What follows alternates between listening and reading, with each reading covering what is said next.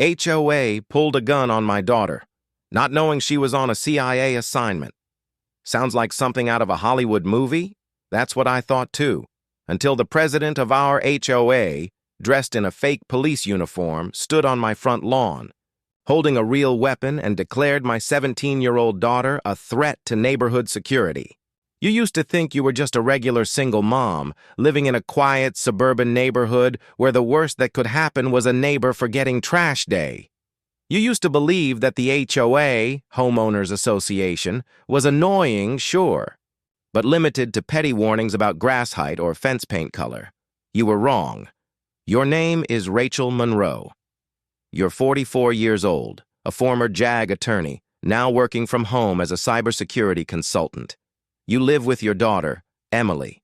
She's 17, brilliant and beautiful, the kind of kid who could probably hack your home modem with a single look. She wrote her first encryption algorithm at 14. While you were still fumbling with printer drivers, she was building a security protocol you had to nickname the Beast just to keep up. And then one day, she walks into the kitchen, tosses her backpack onto the table, and says with a look no teenager should ever have, "Mom, remember that encryption project I submitted for the science fair? Someone noticed." You hadn't even asked who someone was yet when she slid a thick envelope across the table. Government seal. Not the kind you get with college scholarships, the kind you see in spy movies. It was a formal invitation to a specialized internship program run by the CIA. You read it 3 times before you believed it was real. Emily just stood there, barely containing her excitement, though in hindsight she was holding in a literal national secret. The letter was clear: a covert program for elite youth in encryption, cybersecurity, and national defense, strictly classified, not to be shared with anyone, even in college applications. You felt it all at once: pride that couldn't be measured, and a flood of maternal dread. She was still your baby, brilliant, yes, but still a kid. The CIA, national security, you weren't. An agent. You were her mom. That night, you two talked for hours. You asked every question. She answered every one. You set boundaries. If there was any danger, she was out. But then Agent Harris came to your home. A woman, professional, polite, with eyes sharp enough to cut steel. The kind of person you believe when she says, "We will protect your daughter with everything we have." The first few weeks were oddly normal. Emily went to school like every other kid, but every Tuesday, Thursday, and Saturday afternoon, a black SUV with no plates would pull up and drive her somewhere. She'd be back by dinner, cheerful but reserved. "Today we talked about quantum authentication," she said one evening, like it was nothing. You just sipped your wine and thought, well, at least she's not on TikTok or vaping. Life seemed peaceful again, until the HOA started moving. Your neighborhood is called Maplewood Creek. It looks like a slice of heaven. Trimmed lawns, flags fluttering, neighbors smiling like a milk commercial. But the HOA president is a woman named Brenda Callahan, a textbook case of an authority complex wrapped in the form of a failed government employee. Brenda used to work at the FBI, mid-level analyst. Fired for abusing her power. Now she's built herself a mini-empire in the HOA.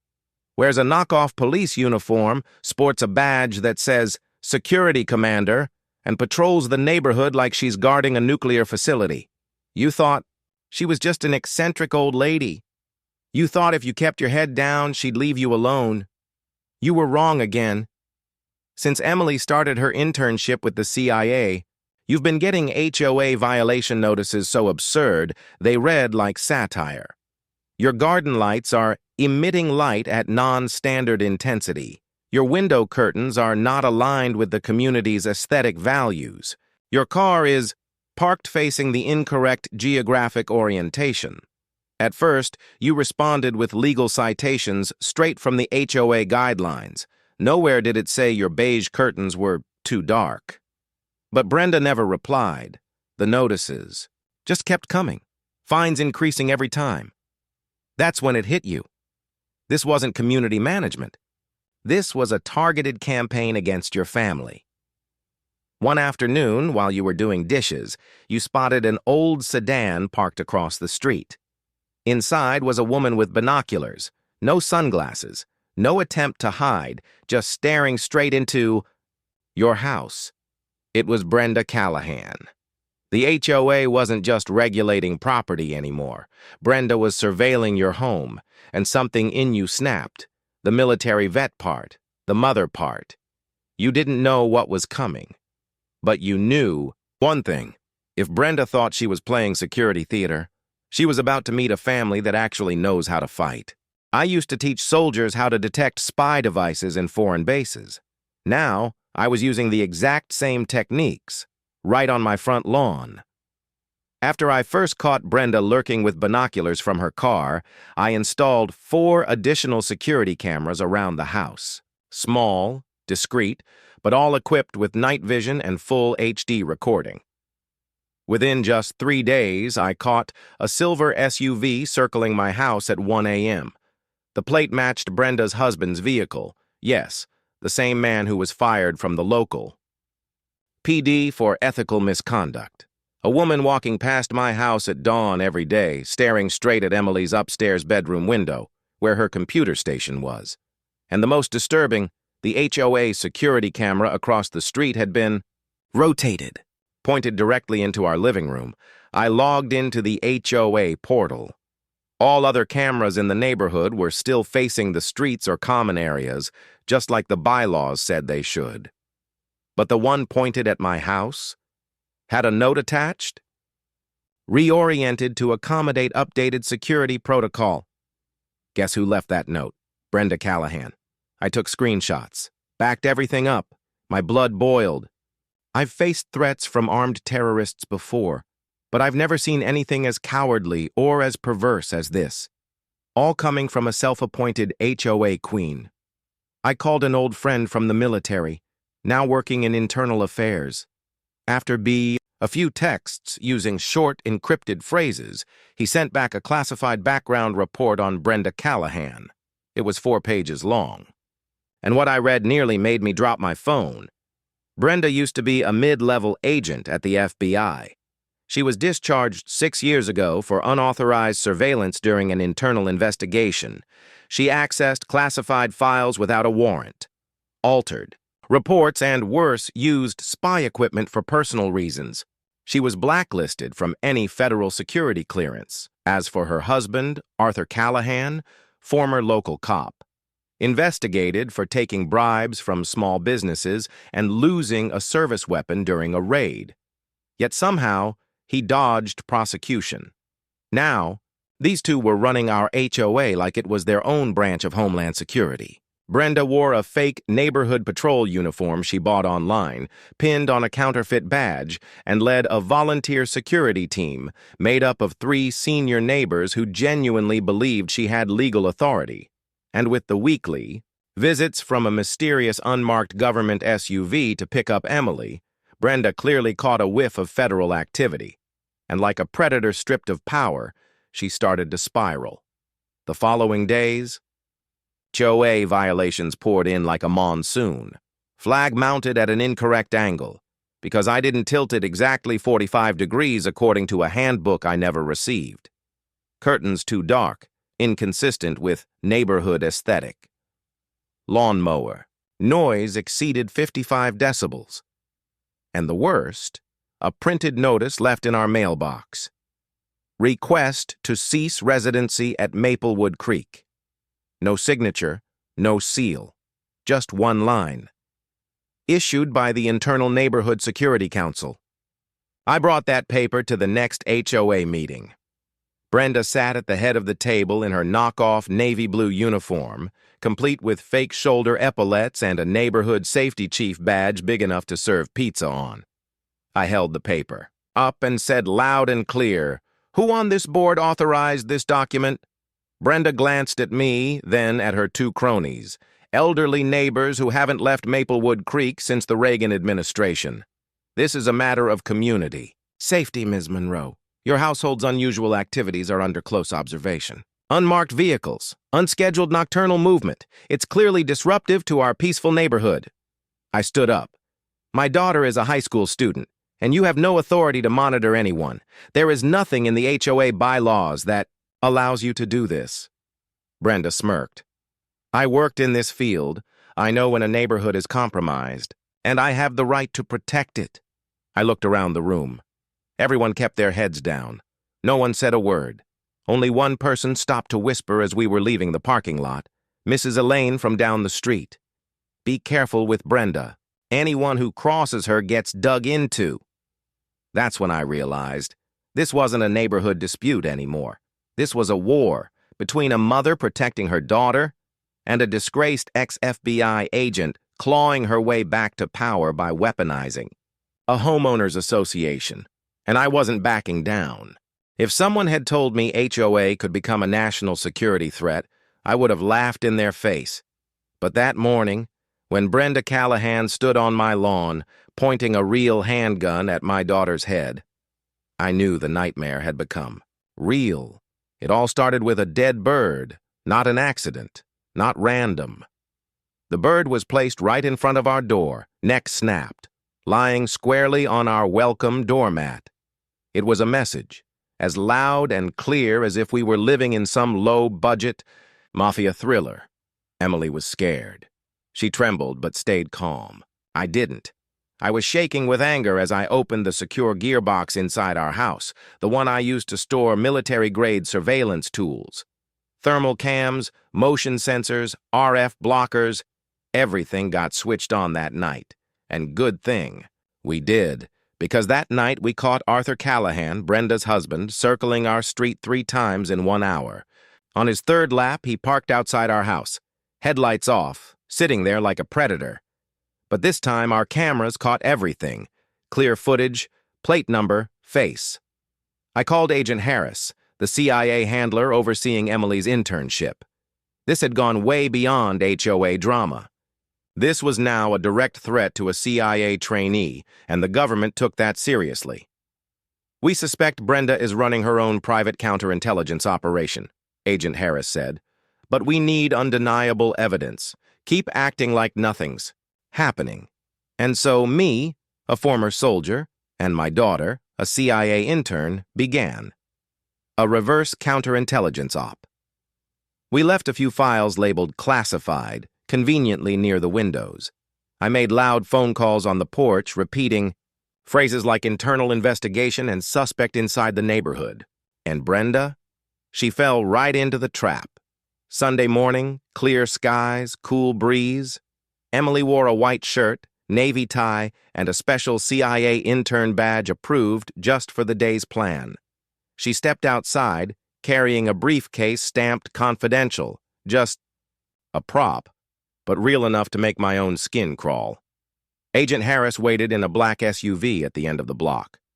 Emily walked across the lawn, calm and collected. Then it happened.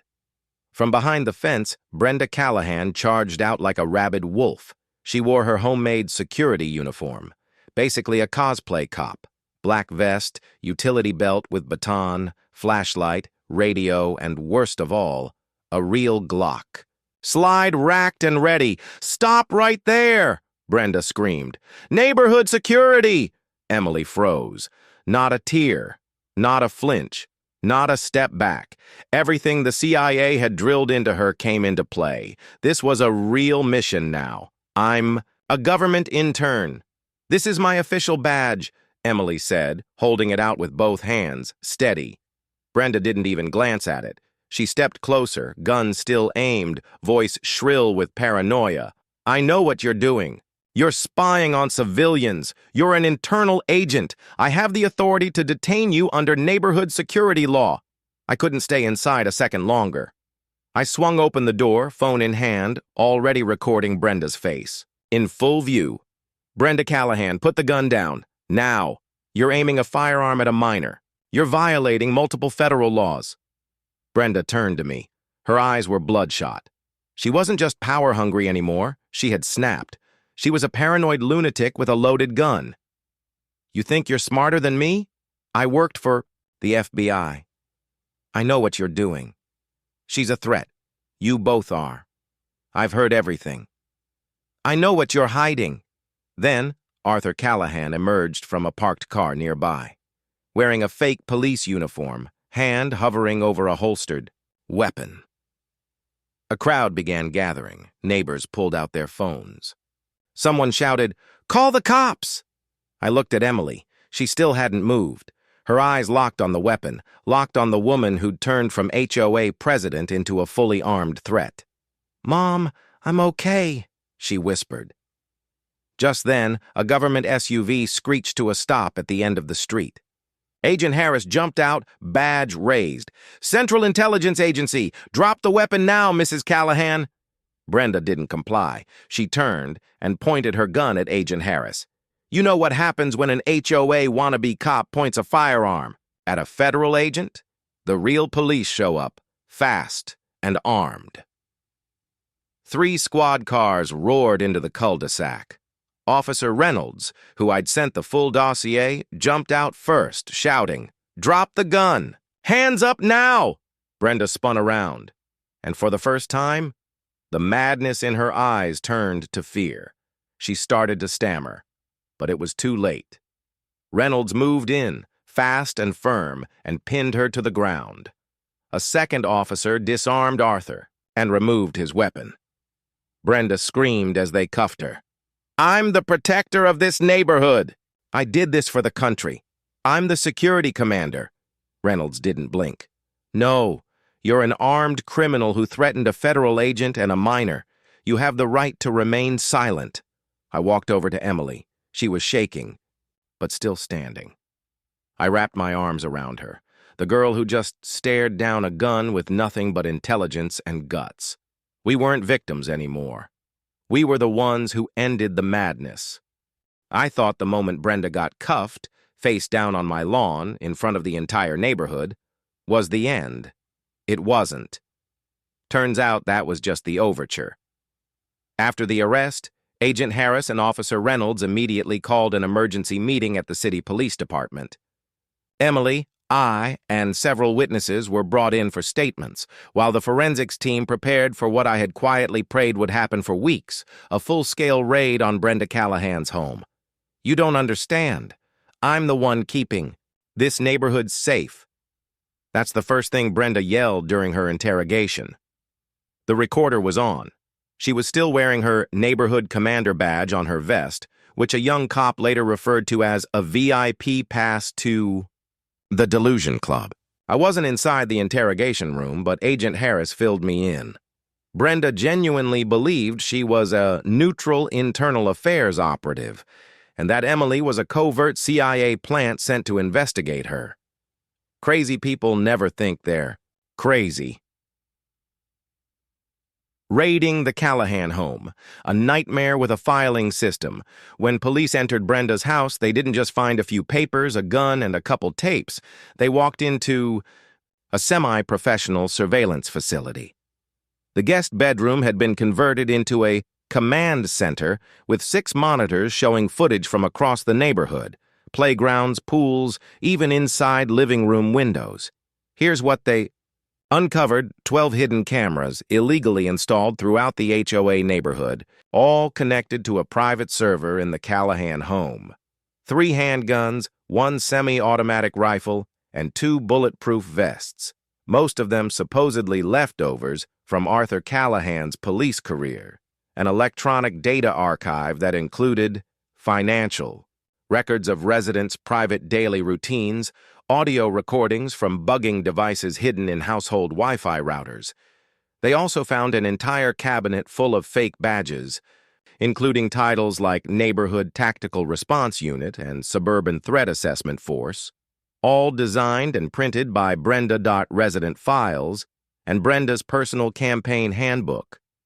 I nearly threw up when I saw the scanned copies. Agent Harris showed me that evening.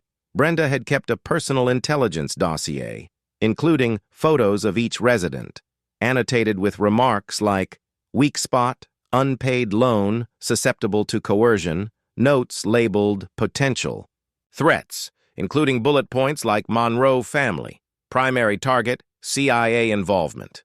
Influence must be neutralized. Lindstrom household, son has a misdemeanor record, parents likely pliable voters, and a list titled "Non-extractable individuals should be isolated." She wasn't running a homeowners association. She was running a map and control operation, a web of fake HOAs across the state. The most disturbing part? Brenda wasn't acting alone. Digital records revealed that she had been in communication with at least 5 other HOA boards in neighborhoods, near military bases and government facilities. In emails, she encouraged them to establish unified surveillance protocols to protect local zones from federal infiltration. She even funneled over $100,000 of HOA funds into security consulting firms, which turned out to be companies run by her husband and former police acquaintances. I asked Agent Harris, "So this isn't just a Karen problem anymore?" She didn't smile. "No, Rachel. This is an attempt to build a semi-autonomous intelligence network, and your daughter was seen as a direct threat to it. Brenda isn't just a Karen, she's a national security threat. The federal government stepped in fast. The FBI, the CIA, Homeland Security, all launched joint investigations. Brenda Callahan was no longer just an HOA president arrested for drawing a gun. She was now the primary suspect in an ongoing federal probe into illegal surveillance, abuse of civilian authority, and unauthorized weapons deployment in a residential zone. Arthur, her husband, cracked within hours of questioning. He gave up everything: data locations, system passwords, even admitted to accidentally stealing police intel so Brenda could psych profile residents. She used to work for the FBI, but she couldn't handle losing power. And when my 17-year-old daughter earned an opportunity she had lost, she snapped. We weren't living in a peaceful suburban neighborhood anymore. We had stumbled into the middle of a covert intelligence operation run by an HOA. Brenda Callahan was in cuffs. But like any snake that's been decapitated, the tail still writhed. The moment Brenda and Arthur were led away in handcuffs, the entire HOA board went into panic mode. The same people who once sat around in folding chairs arguing over curtain shades were now facing a harsher truth. They'd been cogs in a statewide illegal surveillance network, the emergency meeting, and a pathetic charade just 24 hours after. The arrests. A letter went out to every household. Please attend an emergency meeting regarding community safety concerns. No mention of Brenda's arrest, no mention of the gun. Not a single word about the HOA having functioned as a shadow arm of a private intelligence ring. I showed up anyway, armed with printed copies of the police report, a USB drive full of footage showing Brenda trespassing in my home, and screenshots of the surveillance hub inside her house. As I walked into the meeting room, heads turned. Some avoided my gaze. Others gave a slight nod, silent acknowledgments that said, "Finally." Someone stood up. At the head table, the remaining 3 board members sat nervously. Brenda's empty chair sat silently between them, like the ghost of a dethroned tyrant. Eliza, the vice president who once chastised me for having overly gory Halloween decor, took the mic, her voice trembling. "We're just as shocked as all of you by recent events. And we want to clarify that the current board had no knowledge of Ms. Callahan's actions." I stood up. She wore a fake police uniform, carried a loaded firearm, hijacked the neighborhood's camera system, issued violation notices that don't exist in the bylaws. And none of you knew? No one answered. I plugged in the USB. The projector hummed to life. Up on the screen, Brenda, standing in front of a neighborhood map, photos of residents pinned and labeled, each categorized by their cooperation level. This is her surveillance blueprint, complete with notes about every household. Gasps echoed across the room. Then came the footage. Brenda and Arthur sneaking into my backyard, rifling through my daughter's things. One woman covered her mouth. One man hung his head. Then an older man stood up. She once told me if I didn't vote for the HOA dues hike, she'd leak my heart condition to the whole block. The room erupted in disbelief and anger. The truth breaks, like a dam after. The meeting, the floodgates opened. Residents began to speak up. Mrs. Martin down the street had been threatened with exposure of her son's juvenile record. The Chang family was forced to repaint their entire house because they failed to submit window blueprints for HOA approval. Judge Davidson, a retired federal judge, was smeared with false rumors of corruption after opposing Brenda's $20,000 security camera upgrade. Piece by piece, it all fits. This neighborhood had been under the boot of a power-hungry ex-FBI dropout with access to weapons, cameras, and a burning grudge against a system that once rejected her. And everyone had stayed silent out of fear. The silent ones. Now witnesses, Judge Davidson gently tapped the table, then stood up. In his hands was a meticulously sealed file. I've been documenting Brenda for a while now. I knew I couldn't bring her down alone, but today, I'm no longer alone. He placed the folder on the table and opened it, revealing fake emails. Brenda sent to grant herself expanded authority, evidence of HOA funds being funneled into personal accounts, forged building permits signed by Arthur authorizing illegal camera installations. I met his eyes and gave him a small nod. Not for victory, but because the truth finally had allies, a call for overhaul, and an unexpected nomination. Then a resident stood up and raised her hand. We need to disband the current HOA board and hold a new election. Applause broke out, thunderous and unanimous. Then she turned to me. I nominate Rachel Monroe as interim president. If it weren't for her, we'd still be living under hidden cameras and HOA-approved curtain colors. I froze. As a former soldier, leadership wasn't new to me. But this wasn't about defending a nation. This was about fighting for a backyard fence, a curtain color, the right to live without being labeled a security threat. I nodded slowly. I don't want power. I want justice. And if you'll have me, I'll make sure no one ever takes it from us again. HOA used to be a weapon of control. Now, it was about to become a symbol of restoration, but one secret still remained, something no one had seen coming, and it had nothing to do with just this neighborhood. It was tied to the larger system Brenda had built, and it was about to be exposed. I thought the worst Brenda Callahan could do was point a gun at my daughter. I was wrong. A week after the explosive HOA meeting, I got a call at 9 p.m. from Agent Harris. Rachel, we found something on Brenda's floor safe. I think you need to see this for yourself. The hidden land files and a deadly legal gray area inside a hidden safe beneath her bedroom floor, Brenda Callahan had stashed a detailed map of neighborhoods surrounding federal buildings and military installations. Red pen markings littered the surface. Surveillance potential, gov personnel, priority zone. But what left me speechless was the attached folder.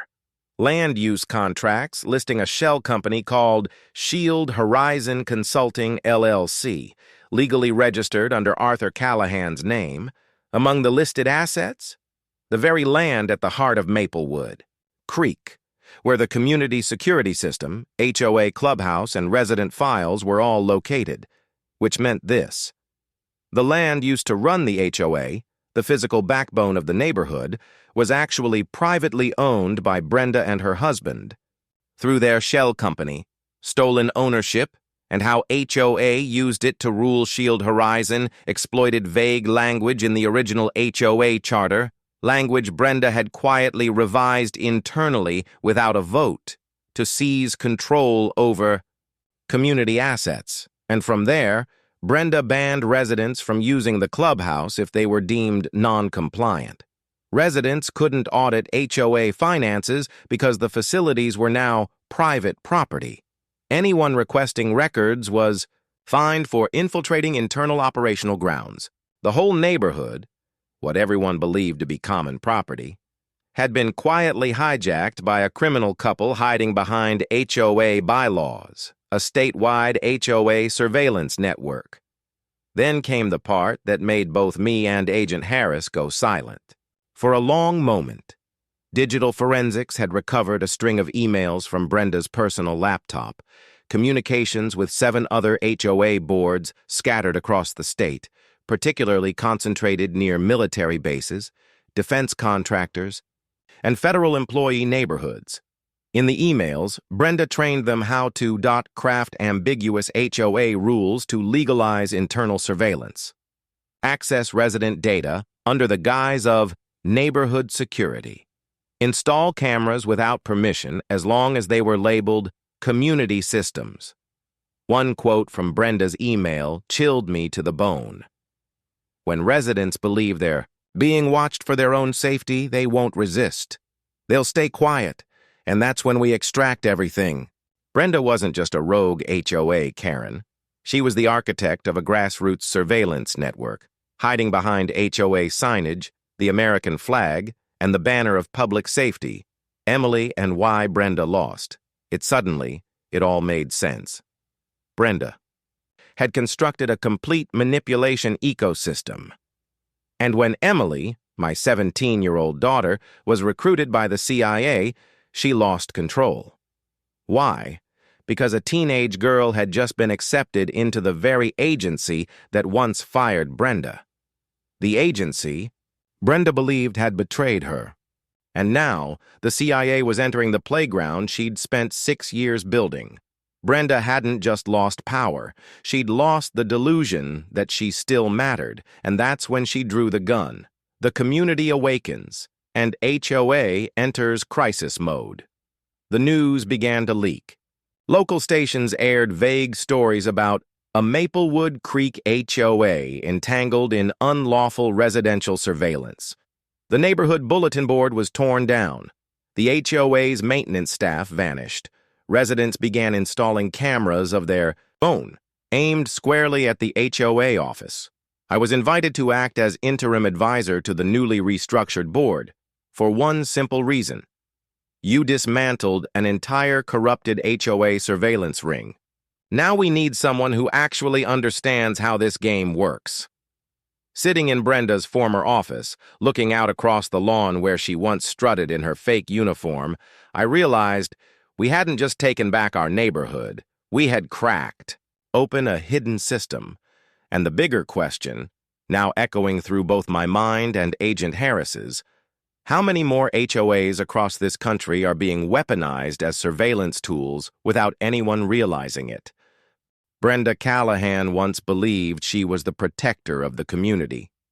The day she stood in court, hands cuffed behind her back, her eyes still carried that defiance, as if the entire legal system had misunderstood the sacred mission she'd bestowed upon herself.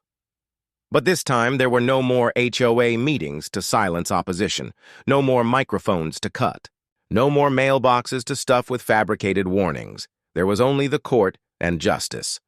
The trial. When the HOA title is no shield, the county court opened with 3 primary criminal charges: impersonating a law enforcement officer, illegal; possession and use of a firearm; interference with national security operations. And that was just at the local level.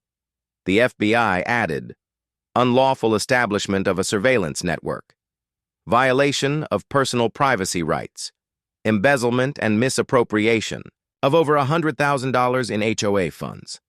As for the CIA, they didn't need a long statement.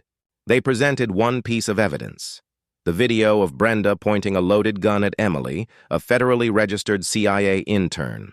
No interpretation needed. The image said it all. Arthur Callahan, the turncoat. Husband Arthur, Brenda's husband, officially, confessed after several weeks in custody. I didn't know it would go this far. I was just following my wife's instructions. Sound familiar? Like every enabler of tyranny when the tables turn. I was just following orders, but federal investigators didn't let it slide. Arthur was charged as a co-conspirator for all HOA-related abuses, illegal surveillance, unauthorized camera installation, and direct coordination of resident tracking. The neighbors wake up, and the anger erupts. Once the case went public, residents began sharing stories they had once brushed off as just HOA nonsense. A mother received an anonymous letter with a photo of her daughter in inappropriate attire. A moral intimidation tactic. A man found a GPS tracker under his car, placed there so Brenda could monitor his movements after he refused to pay an extra maintenance fee. One family had to sell their home after being fined every month for a year, all because their front tree shed leaves out of season. Each small tale formed a larger, chilling picture. Brenda had weaponized the HOA into a micro-dictatorship, unregulated, unchecked, and unquestioned.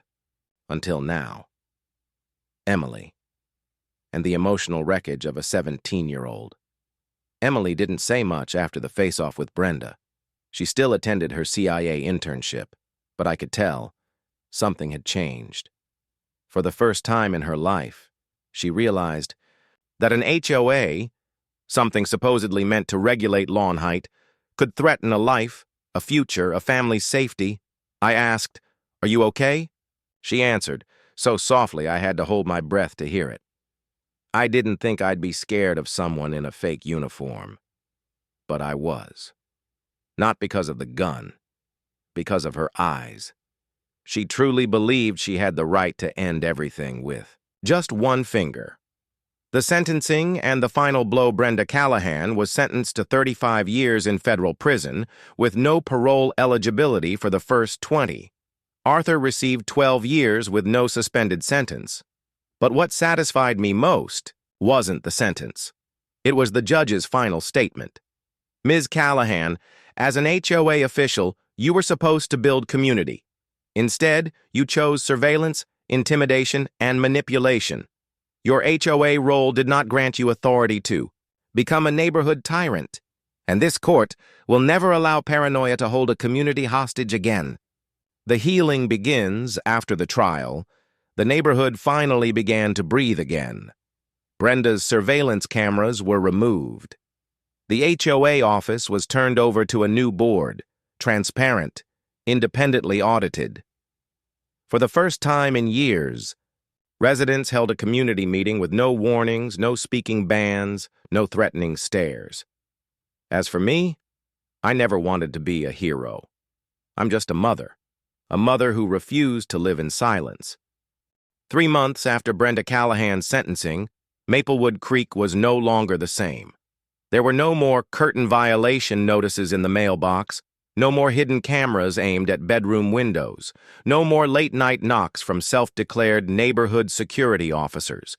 In their place, now, every morning when I step out onto my porch, I see kids riding bikes freely down the street, no longer afraid of being recorded. Neighbors chatting over coffee, standing at their fences for hours instead of walking past with lowered eyes. Mr. Davidson, now honorary advisor to the new HOA board, reading under the tree Brenda once tried to cut down for shedding too many leaves. The community isn't just alive again. It has been reborn.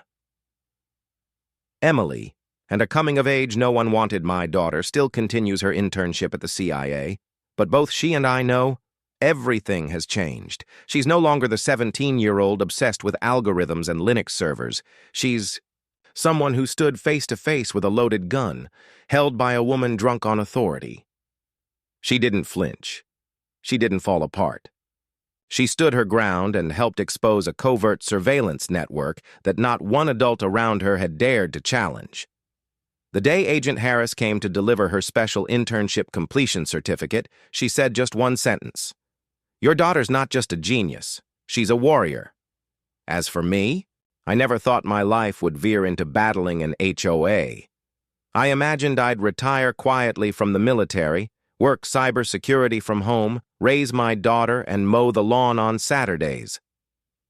But when that peace was threatened, not by terrorists, not by foreign enemies, but by the very people claiming to protect it, I couldn't stay quiet. I've stood in war zones before, and I realized sometimes the battlefield isn't in the Middle East or a federal black site. Sometimes it's right in a cul-de-sac with a "Welcome to our friendly neighborhood" sign. One lesson: not just for my streetin'. The weeks after the story went viral, I received hundreds of emails, letters, and messages from across the country. Our HOA's been threatening us with vague citations, too. My husband quit our HOA board after psychological harassment. Because of your story, I've started standing up for my family. That's when it hit me. Brenda wasn't the exception. She was just the tip of an iceberg called community management. And that's why I'm still fighting. I accepted a position as a federal residential security advisor with one goal: to help neighborhoods detect and stop abuse of power from within their own HOAs. I'm not doing this for recognition. I'm doing it for every family who feels afraid in their own home and doesn't understand why. Because sometimes silence is the most dangerous tool people like Brenda possess. So let me leave you with this. If you're living under an HOA that talks about security, standards, and community regulation, ask yourself, who's writing those rules? Who gets to watch whom? And most importantly, who's using those powers to control you? Because sometimes Karen doesn't need to scream. Karen just needs a badge that no one questions. And if you see something wrong, don't wait for someone else to fix it. Stand up, speak out, start with a simple question: who gave her that authority? Because as I've learned, the truth always starts with one person who refuses to stay silent. This story isn't just about an HOA, it's a warning.